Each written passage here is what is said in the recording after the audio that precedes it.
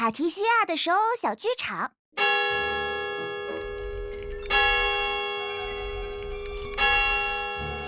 圣女传说第一页。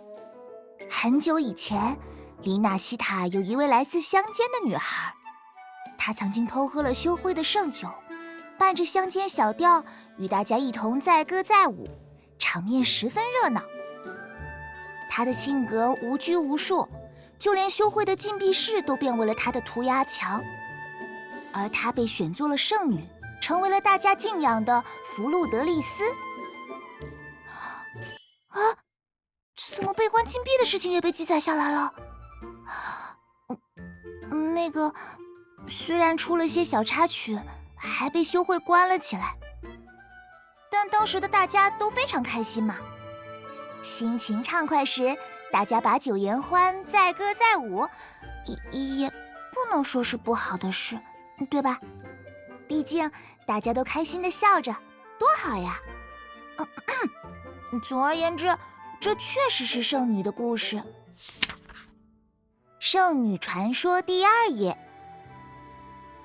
据说圣女弗路德丽斯对家乡十分重视，每次她路过埃格拉小镇时，都会停下脚步，在心里默念祷词，为民众们虔诚的祈祷。崇高的英白拉多啊，愿您赐下神恩，平息暴风与巨浪，为民众带来庇佑与福音。虽然确实会为大家祈祷，但祈祷的内容好像被夸张了一些。其实他也有时候是在悄悄念，希望麦子们好好长大，等到成熟时做成最最香甜的面包。光是说出来就有些嘴馋。跑题了。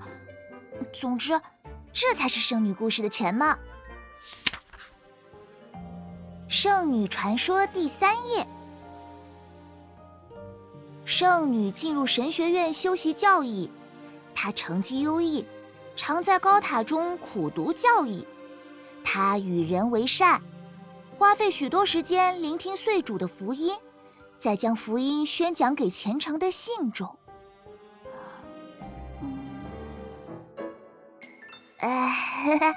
因为经文成绩不好，所以布道的时候，主教都会提前让圣女保持安静。修会的经典实在有些难读，拼命努力也只能够背下来，用那种晦涩的文字遣词造句，还是有些让人发愁。幸好圣女有免考的资格，否则比起在学院中苦读，她还是更擅长直接奔向受到残像威胁的村子，拔刀相助。圣女的故事是这样的哦。圣女传说第四页。那一天，天地动摇，本为一体的神明遭到信仰的撕裂。为从那滔天的黑潮中保护人们，圣女弗路德丽斯以身殉道，从此回归了神明的怀抱。虽然事实并不完全是这样，但好像的确可以这么解读。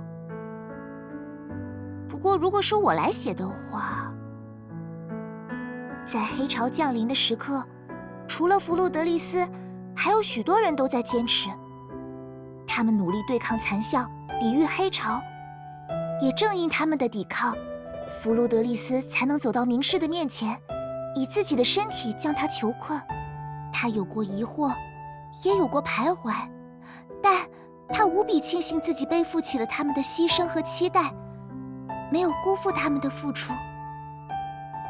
如今他已离开名为圣女的舞台，而他的故事还在继续，书写着属于他的同伴、目标与理想。追逐想要追逐的人，守护想要守护的人。这是卡提西亚的故事。